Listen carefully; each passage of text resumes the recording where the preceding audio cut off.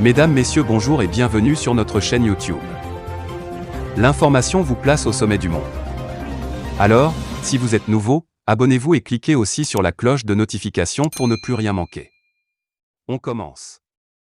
Pour le reste de sa vie, Alpha Condé devra voir et revoir le film qu'il a joué ces 10 dernières années.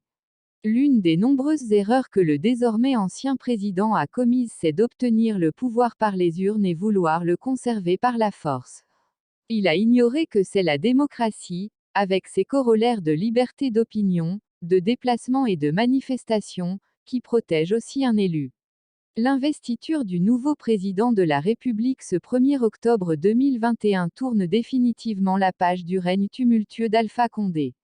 Les illusions du vieil homme de revenir au pouvoir grâce aux pressions de ses amis et de son réseau s'effondrent comme château de cartes.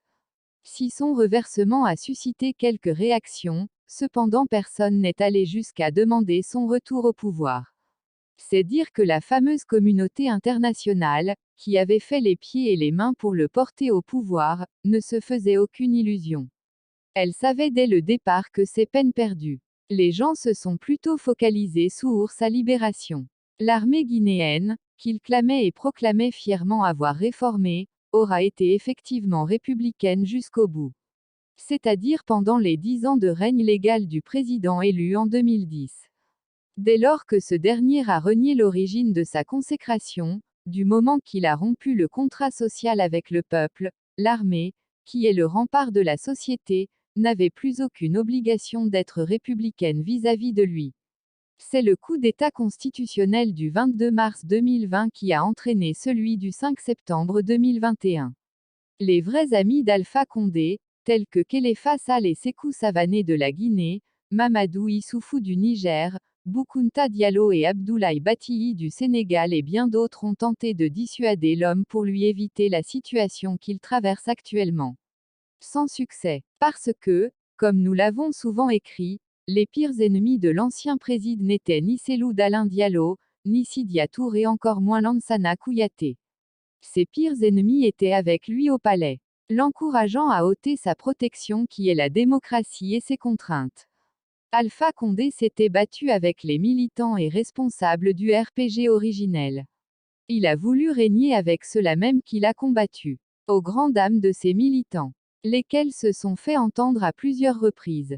Mais leur leader a fait la source oreille. L'ancien président a estimé à tort que pour réaliser son projet de présidence à vie, il fallait faire appel à ceux qui avaient joué le même rôle pour son prédécesseur. Ce qui faisait dire à certains observateurs que, finalement, seule la tête avait changé au palais. Tout le reste était là intact.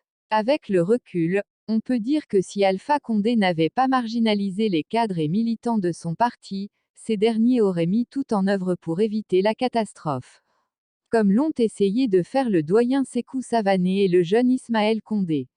Mais leur mentor n'écoutait que les militants de la 25e heure qui n'en avaient cure que la présidence Condé se termine la queue entre les pattes. Ces profiteurs de tout acabit n'avaient qu'un seul objectif, se remplir pleines les poches.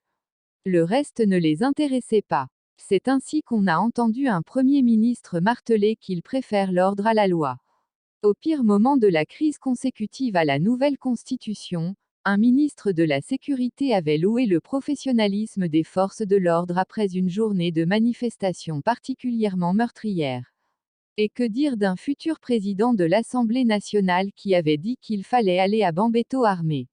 Ou encore d'un commandant d'une entité de la police qui qualifiait les manifestants de terroristes pour justifier la terreur de ses agents.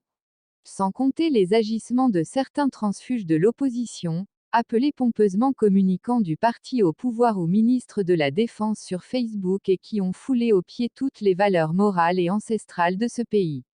En s'en prenant à tous ceux qui ne regardent pas dans la même direction que leurs bienfaiteurs.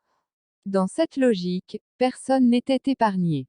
Ni des hommes politiques qui ont pourtant assumé les plus hautes fonctions dans ce pays. Et même des chefs traditionnels. Pour se faire une place au soleil, ces jeunes, qui se sont éduqués eux-mêmes, s'en prenaient à leur propre communauté accusée de soutenir celui qui voulait remplacer leur bienfaiteur.